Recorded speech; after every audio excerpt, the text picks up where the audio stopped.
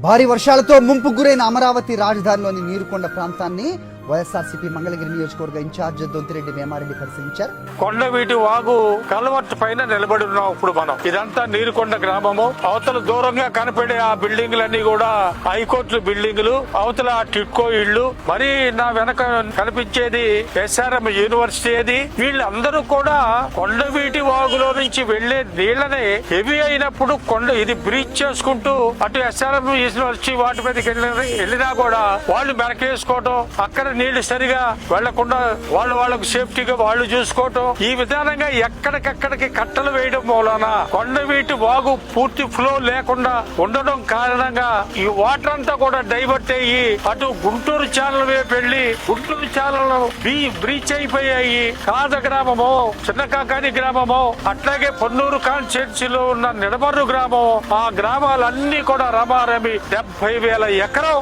నీట మురిగింది. ఇవాటికి కూడా మన ఇప్పుడు ప్రస్తుతం ఉన్న ఈ ప్రభుత్వం ఈ వాటర్ డైవర్షన్ సిస్టాన్ని ఇప్పటికీ కూడా చేయలే. వచ్చే సంవత్సరం అయింది. ఈ విధమైన పరిస్థితులున్న ఈ ప్రాంతాన్ని సత్వరంగా ఇది కాపాడుకోవాలంటే వాటర్ డైవర్షన్ స్కీమ్ మీద దీని మీద ప్రత్యేక శ్రద్ధ పెట్టాలి. ఆ శ్రద్ధ పెట్టే నాయకుడే కనపట్టాల. ఎంతసేపటికి రాజధాని కడుతున్నా అంతవరకే గాని ఎక్కడ ఎంతవరకు అన్ని కూడా నీట మునిగిన ప్రాంతాలు కూడా ఈ నీళ్లన్నీ కూడా బెయిల్అవుట్ చేసుకోవడానికి ఎంతకాలం పట్టుద్దో భగవంతుడికే తెలియాలి. ఈ రాజధాని ప్రాంతాన్ని బ్రతికించాలంటే ఎప్పటికైనా చంద్రబాబు నాయుడు గారు అవగాహనతో ముందుకెళ్లాల్సిన అవసరం ఉంది.